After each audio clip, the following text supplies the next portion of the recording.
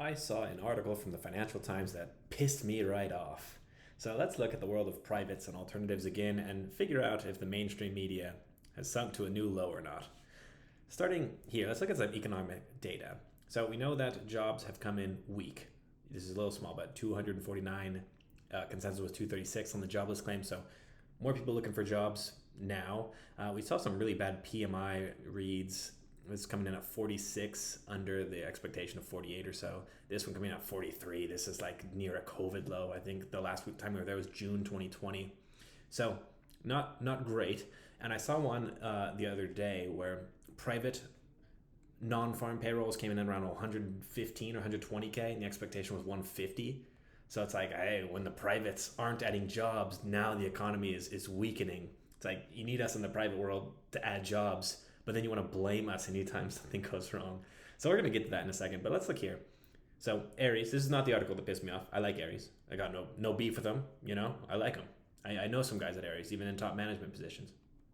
So they broke the private credit record with a new $34 billion fund. Advance on the banking turf. Like they're making it sound like a turf war. Oh, here comes these shadow bankers, private bankers cheating the system. No, they're not. They're just giving people a better deal. Okay? Wham, bam, thank you, ma'am. Here's this for 8%. We've underwritten it. It looks good. Do you like 8% more than 5%? Okay, sign here. That's all that's going on here. But you're going to see. You're going to see why I'm pissed off. Now, let's look. This is just relative performance on the last month. The S&P was weak today. Had a good day yesterday with FOMC, and then weak again today. So, we're getting some volatility. The volatility index up around 20. But let's look here. So these are spin-offs at the top performing well, and buybacks. So companies that have, the capitalized position to be buying back their stock. But look here. This is private equity, right toward the top, 4% over the past month. Would you look at that? At a time when markets are volatile, private equity can outperform the S&P 500. What a concept. And here's another alternative, Guru, my favorite ticker. That's for hedge funds, also outperforming the S&P 500. Meanwhile, look at the IPO companies. Oh, so the ones that have followed all the public rules and regulations are underperforming. Whoa. But we can't blame those. Let's blame the privates. Okay, so you get the point. Let's get into this, and let's get my head out of the way. So, how private equity tangled banks in a web of debt.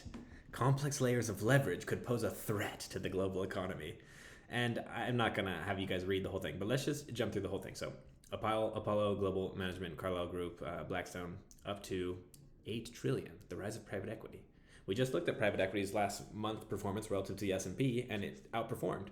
So there's nothing wrong with that. Don't we like good performance? Sprawling web of debt.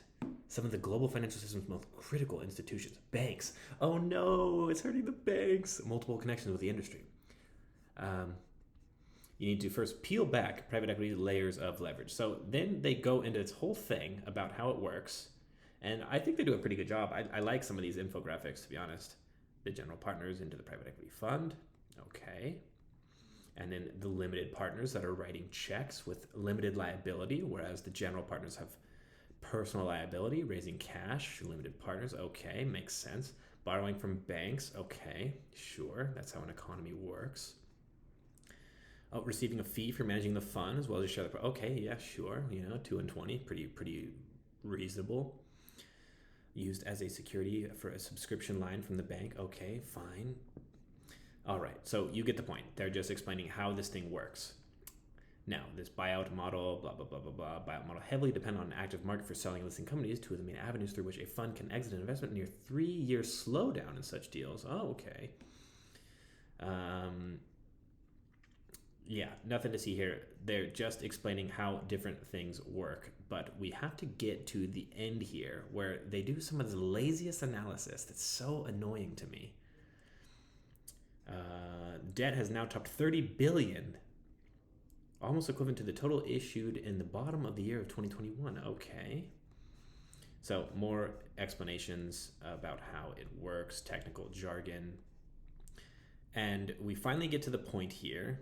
Assets topping 1.7 trillion in private credit funds. Okay. We just saw Ares with a big fund, so that tracks. All right. So let's just get to the point here. They basically spent 80% of this article just making this really complicated design. I mean, if you're in the industry, this isn't so complicated. But if you're just looking at this and you're going like, oh my God, look at all these arrows and all these different things. This is so complicated. And they do that just to get to the final point about the health of the fund's portfolio companies. But every transaction ends up adding more leverage to heavily indebted businesses, which can make them more vulnerable. And then, oh my goodness, they went and got a quote from Harvard Business School. They specialize in private capital. Oh, did the academics specialize in private capital there with the theories and the books on the campuses there because they're Ivy League? Oh, there's leverage, but then few of us can explain what that leverage means and why it might or might not be risky. Oh, bro, you can't just say because something is complicated and you don't understand it that it's risky. So let's see. Okay, Bank of England, official responsible for financial stability, strategy, and risk, Nathaniel Benjamin. Natural questions about the risks of these financing arrangements and the growth in kinds and quantity of leverage or leverage of leverage throughout the ecosystem. And then here's their main point. This is what they always go back to. The debt that ties private equity in with the banks. Okay, so they want to talk about this contagion risk, this counterparty risk fiasco. The banks are okay. The insurance companies are okay. The other groups, it's the other of these non-bank financial institutions. Any stress in the industry could ripple across the wider financial system. This is always their point. The alternative space with private credit, private equity, and whatever else, it messes up everything we're doing in the public sphere. You know, us banks, we're all good. Everything we do is above board, but it's these guys over in private equity. Okay, and then this is the point. It's such lazy analysis. The opacity, complexity, and interconnectedness of this sector have made assessing its developments difficult, but it also means that it is all the more important. These developments could pose risks to financial stability. I mean, okay, we've heard of the horror stories. I'm sure you're aware of private equity involvement in a hospital, for example, or in a veterinary facility where they go in and they cut costs and they make everything worse, and then, oh, this is unfair to the animals, unfair to the staff, unfair to the patients. Yes, okay, yes. There are cases in which those ulterior motives have negative consequences, all right? I would be interested to hear some rules and regulations that are going to help that and help out the little guy. But if you're just telling me a few bad actors means that everything in the alternative space is a threat to the financial system, do a better analysis, because it's clear that you're just trying to say the way we do things in the public space with central bank and government authority is the only way to do things, and anything else is risky and too complicated and we don't need it. Guys, that's not how a market works, all right? So if you're going to come at the king or whatever, if you're going to come at the privates and the alternatives, at least do better analysis.